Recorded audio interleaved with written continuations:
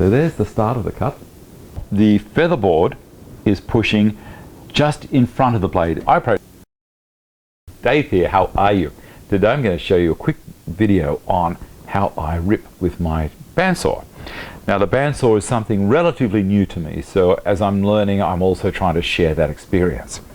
What I'm doing here is I'm ripping a reasonably narrow, tall board. Bit of Oregon. This board is about 8 inches tall. I've got one side dressed and one edge dressed, and they're 90 degrees. The other side is a little bit dodgy and also it's all over the place in thickness. It's averaging around 10 mil, which is 3/8 of an inch, close enough.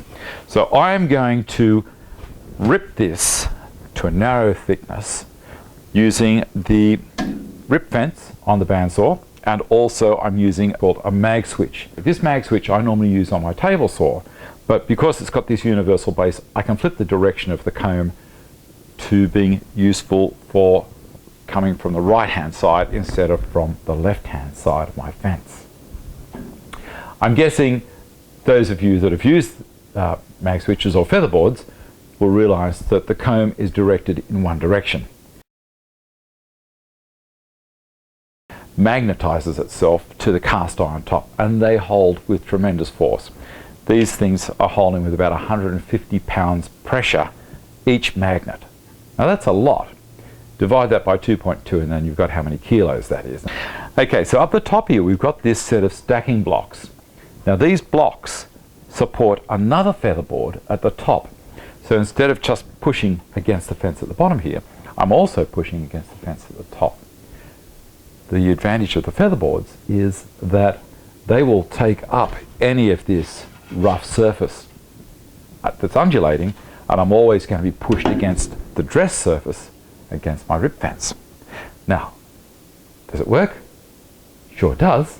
There we go. I've got the dust extractor running now, pulling through there, and as I say, this is pretty rough on this side, but this side I've put over the jointer, and this edge I've put over the jointer, and looking down there you can see that this is going to give constant pressure. There's enough spring in there to give it consistent pressure, and away we go. I'll turn it on,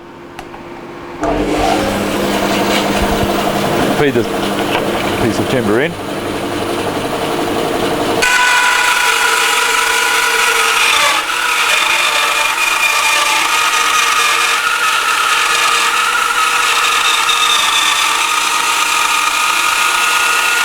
I'm not doing a whole lot to hold that straight. The Magswitch is doing all the work down there and keeping me away from it all, so I'm remaining safe.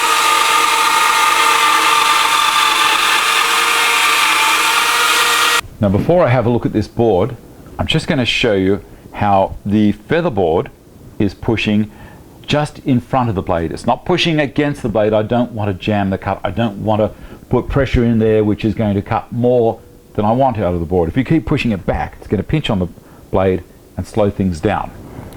So there we go. How cool is that? Let's have a look. So there's the start of the cut. That's a fair way back, but there's the start of the cut. And it's pretty consistent all the way through. How good is that? That's a very, very nice cut. That's almost getting too thin to put through the thicknesser. I probably have to clean this up with a hand plane.